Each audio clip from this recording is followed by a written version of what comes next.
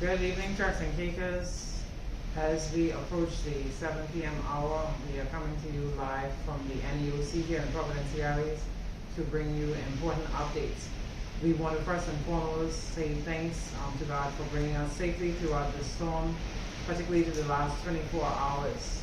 We want to thank also our teams that have been working around the clock to keep us safe over the course of the last few days. Turks and Caicos, we have had a phenomenal experience over the past 24 hours. Initially preparing for a tropical storm, then later a Category 1 storm. The Hurricane Fiona actually made its landfall in Turks and Caicos as a Category 3 and certainly came with its share of challenges. I am pleased to report that so far we've had no reported deaths, casualties, or serious injuries across the Turks and Caicos Islands, and that most islands have fared off quite well. A number of persons have been raising concerns with us regarding the all clear being issued, and I want to assure residents that we are in close contact with the Bahamas Met Office. As for the 6 p.m. advisory, the Turks and Caicos is still experiencing adverse conditions and will continue to do so over the course of the next 24 hours.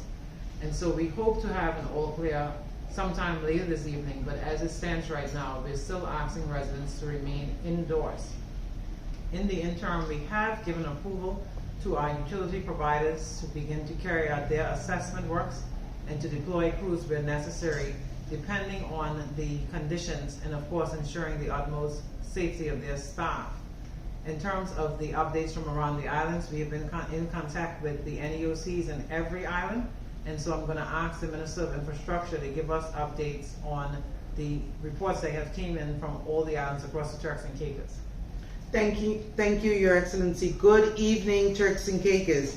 Fiona has definitely battled us over the last few hours, and we're not out of the thick of it yet. And so as Her Excellency has asked you to remain indoors, we urge you to take heed of this warning. We are still experiencing intermittent weather of gusts, wind, and rain, and reports are coming in from around the islands that these conditions are still being experienced. In terms of infrastructure updates that we have received, we have been in contact with the island of South Caicos, who have reported minimal damages, has been assessed on properties on the island, as well as localized flooding, not to the extent that we're normally used to. And so I want to say thank you to the team of PWD in the island of South Caicos for activating our hurricane preparation plan. We will have to do some repair work at the Wellness Center, but again, the damage is minimal and it is able for us to address it. And speaking with the Minister of DDME, who is on the ground in North Caicos, he has advised that several large trees have fallen into the roadways. And so once we are able to tomorrow, with the all clear, we will activate our cleanup teams to assist in opening up the roadways so that residents are able to traverse through North Caicos. Again, we are asking you to remain indoors. We appreciate that the island of Grand Turk has felt less of the weather over the last few hours and citizens have decided to venture out. We encourage you to return home. The roadways in Grand Turk are cleared. Again, there's localized flooding, but there's general movement throughout the island. We have acknowledged that 6 utility poles have fallen on the road on the way to the prison, and we've alerted the authorities at Fortis TCI in that regard. Otherwise, the general roadways in Grand Turk is cleared. Here in the island of Providenciales, the major roadways of Leeward Highway and Millennium Highway and South Dock Road are clear. There's no debris or poles down, but we do have some localized flooding around the Five Keys corner in the area of the airport, which we will have our pumps turned on to have the water drain away. Downtown area is flood free and there's localized flooding in some small pockets. Again, you're encouraged to remain home. The storm is changing and ever changing, and so it is better for us to be safe than sorry. We are awaiting reports from Salt Key and Middle Caicos, and once we are in receipt of them, we will share them with you. Thank you, Your Excellency. Thank you, Minister of Infrastructure. We have been in close contact with the utility providers throughout the day. We recognize that the islands of Grand Turk, South Caicos, Salt Key, North and Middle Caicos are continuing to experience island-wide power outages. We've been assured by Fortis TCI that as soon as it is safe to do so, their teams will start restorative work. Here in Providenciales, we continue to experience outages in a number of areas as well, which the Portis is aware of, and they will be commencing work as soon as it is safe for them to do so.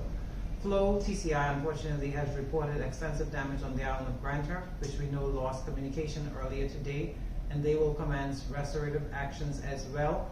We've been in contact with Digicel TCI, and they are currently working to address any issues that they have in terms of any intermittent communication. However, there's been no major challenges reported from that network. So Turks and Caicos, we consider ourselves to be blessed. This storm from the beginning we said was unpredictable. We urge residents to continue to pray for the best and to prepare for the worst. Certainly it has been a challenge, however we believe that we fared off well based on the fact that we have not lost any lives and we have not had any serious injuries. We know that persons are anxious to get out and about, but we have to ensure that it is safe for you to do so. And so we are following the professional advice of our colleagues in the Met Office and our own TCI Met Office, and ensuring that we give the all clear when it is safe for us to do so. We will continue to monitor weather conditions on the islands across the Turks and Caicos Islands, and you will hear from DDME as soon as possible regarding the all clear. Persons have been asking a number of questions regarding as well ability to open businesses or schools. What I will say on that is that we hope to have the all clear later this evening. If that is received, then businesses are free to operate tomorrow to go into carry out their assessments. However, if the all clear is not given, then we ask persons to remain at home. In terms of government offices, I will say that tomorrow will be an assessment day for us where we will begin to carry out our assessments once it's safe to do so. Schools will not reopen tomorrow. Our principals and teams, if it is safe to do so, will go in to carry out assessments, and you should look for a separate announcement from the Ministry of Education on the resumption of schools. And so Turks and Caicos Islands tonight, we just want to say thank you to you as well for cooperating, for working with us to ensure the safety of these islands, and we pray that God continue to bless and keep you and your families. Thank you.